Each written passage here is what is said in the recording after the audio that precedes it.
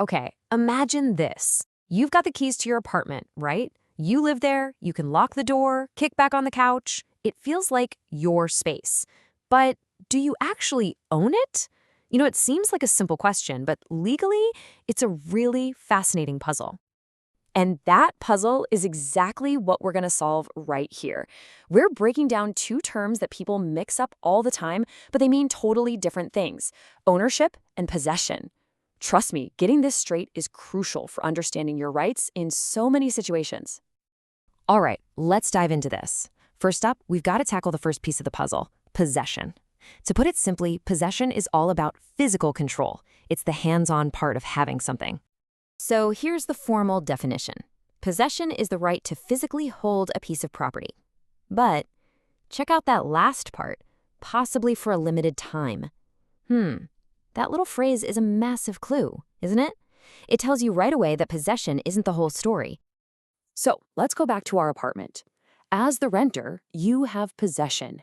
You've got the keys, you decide who comes in, you use the kitchen, you are in direct physical control of that space.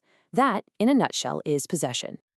But then you have to ask, who can actually sell that apartment or decide to knock down a wall? Well, it's definitely not the person who just has the keys. And that brings us to the bigger, much more powerful idea: ownership. And here it is, the key difference. See, ownership isn't just about holding something. It's about having all the legal rights that come with it. And look closely, that big bundle of rights includes the right to possession. Ownership is kind of like the master key to everything. So, in our story, the landlord is the owner. They might not have lived there for years, they might not even have a key on their keychain, but they hold all the power. They're the ones who can sell the whole building, or use it for a loan, or okay major changes. These are rights that just having possession doesn't give you, not even close. So, the most important thing here is to see how these two stack up against each other. Let's put them side by side. It'll make the difference crystal clear. This really lays it all out, doesn't it? Over on the left, you've got the renter. They have possession. That gives them the right to live there and use the space. But it's temporary, and they have zero power to sell it. Now on the right, you have the landlord with ownership. They've got the ultimate legal authority: the power to sell, to change things, and, importantly, the power to grant possession to someone else.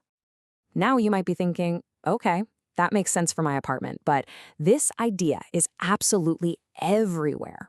Once you understand the line between possessing something and owning it, you'll start seeing it in countless little interactions every single day. I mean, just think about it for a second. You rent a car, you've got possession. You're the one driving it, but you can't turn around and sell it, right? Of course not. Or what about borrowing a book from the library? You possess it for a few weeks, but the library still owns it.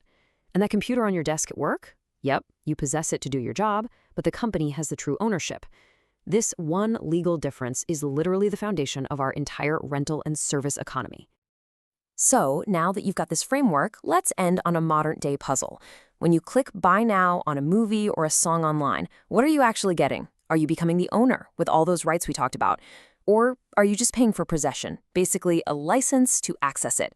Now that you know the difference, the answer might not be what you think. It's a huge question that courts and tech companies are battling over right now. So, what do you think?